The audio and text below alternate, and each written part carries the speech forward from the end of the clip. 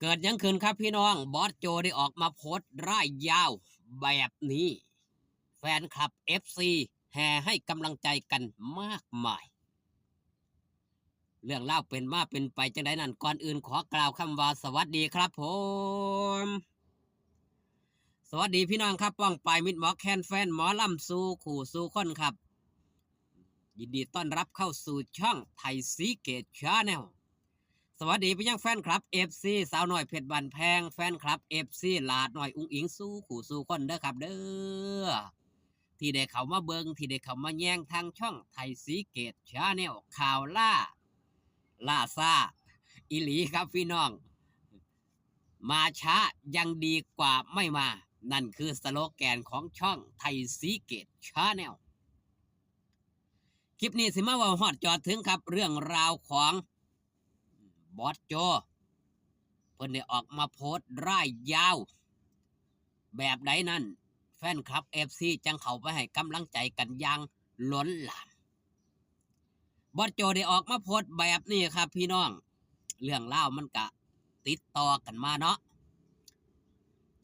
ผมเป็นหัวหน้าที่แย่มากผมเป็นหัวหน้าที่บอกลูกทีมบ่ได้หรือว่าไม่ได้ผมคงต้องได้พิจารณาตัวเองแล้วล่ะหางานทำเต้นไม่ค่อยเป็นร้องลำไม่ค่อยเก่งอยากมีงานอยากมีเงินเลี้ยงชีพเลี้ยงครอบครัวบอสโจพ่อโจรับได้ทำงานมีงานทำมีเวทีให้ยืนมีคนรู้จักมีFCเยอะมีเงินมีแสงมีชื่อเสียงมีช่องทางทำมาหากิน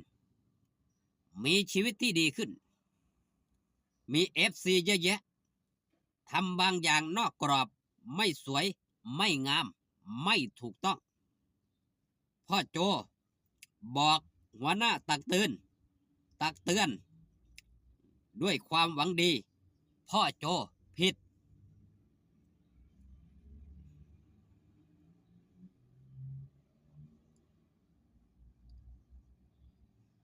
FC ศิลปินก็มารุมต่อว่าพ่อโจสรุปวงนี้ใครเป็นหัวหน้าวง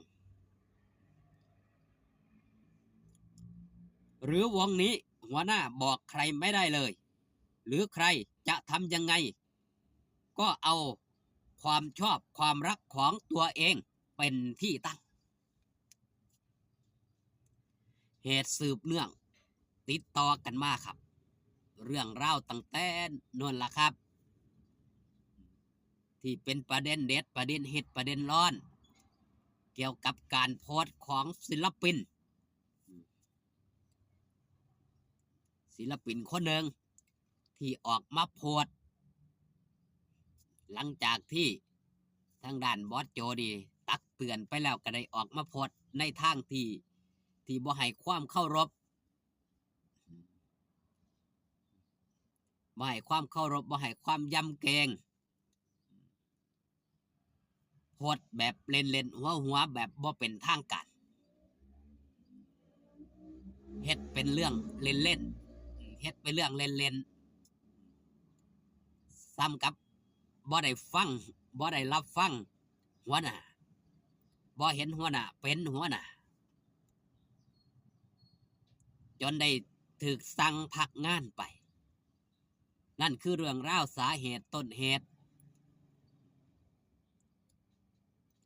มันก็มีหลายสิ่งหลายอย่างครับณยุคปัจจุบันณยุคซุมือนี่เด็กหน่อยเข้ามาในองค์กรสาวหน่อยเพชรบันแพงสาวหน่อยลำเพิ่นโชว์พอเข้ามาปั๊บมีสีมีสันมีแสงกับมีแฟนคลับ FC มากมายตามเข้ามาชมตามเข้ามาเชียร์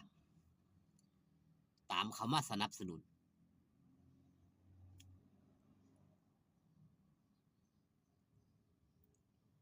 สิ่งที่เพิ่นโพสต์ออกมาครับแฟนคลับ FC ได้เห็น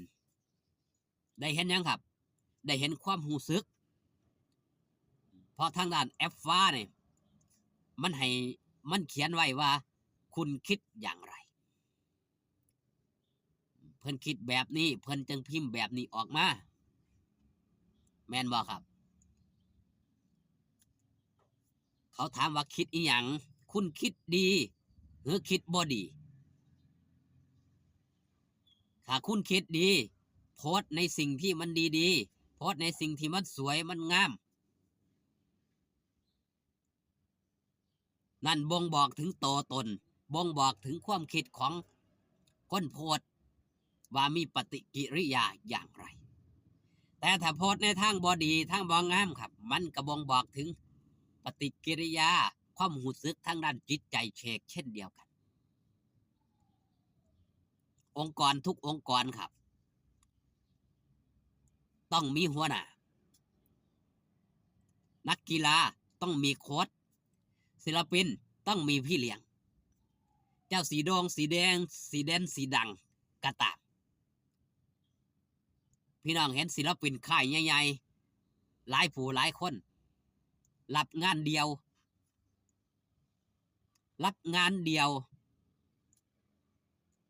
แต่ไม่ยังต้องมีผู้จัดการเห็นบ่ครับศิลปินบ่สามารถที่สิเดินคนเดียวได้สิรับงานคนเดียวได้เฮ็ดอีหยังคนเดียวเฮ็ดอีหยังเอาเองได้เบิดสู่สิ่งสู่อย่างมันต้องมีพี่เลี้ยง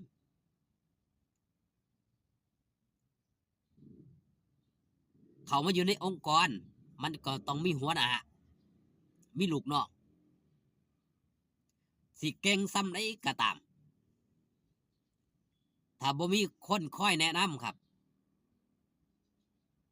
บ่มีทางประสบผลสำเร็จนักกีฬาแม้แต่ได้เหรียญโอลิมปิกคุณก็ต้อง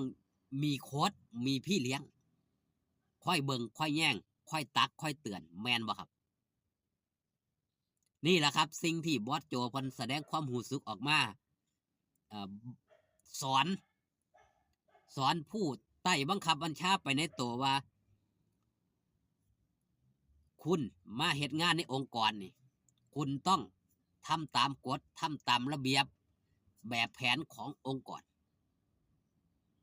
ถ้าคุณคิดนอกกรอบออกนอกกรอบนั่นแสดงว่า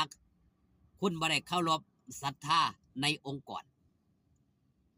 แล้วคุณเข้ามาเพื่ออะไรนั่นคือจุดประสงค์ครับเข้ามาเฮ็ดงานในองค์กรเพื่ออย่างเพื่ออยากมีรายได้เพื่ออยากมีอาชีพ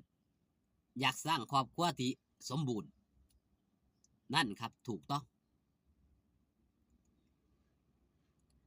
นั่นคือสิ่งที่บอสโจเพิ่นเผยความรู้สึกออกมาฝากมาตักมาเตือนลูกทีมหลายผู้หลายคนทุกองค์กรทุกอาชีพต้องมีผู้ดูแลคลิปนี้ฝากตอนเอาไว้แต่เพียงสำนี้ครับขอบคุณที่มาเบิงมาแย่งเด้อครับเด้อพอกันคลิปหน้าสบายดีครับผม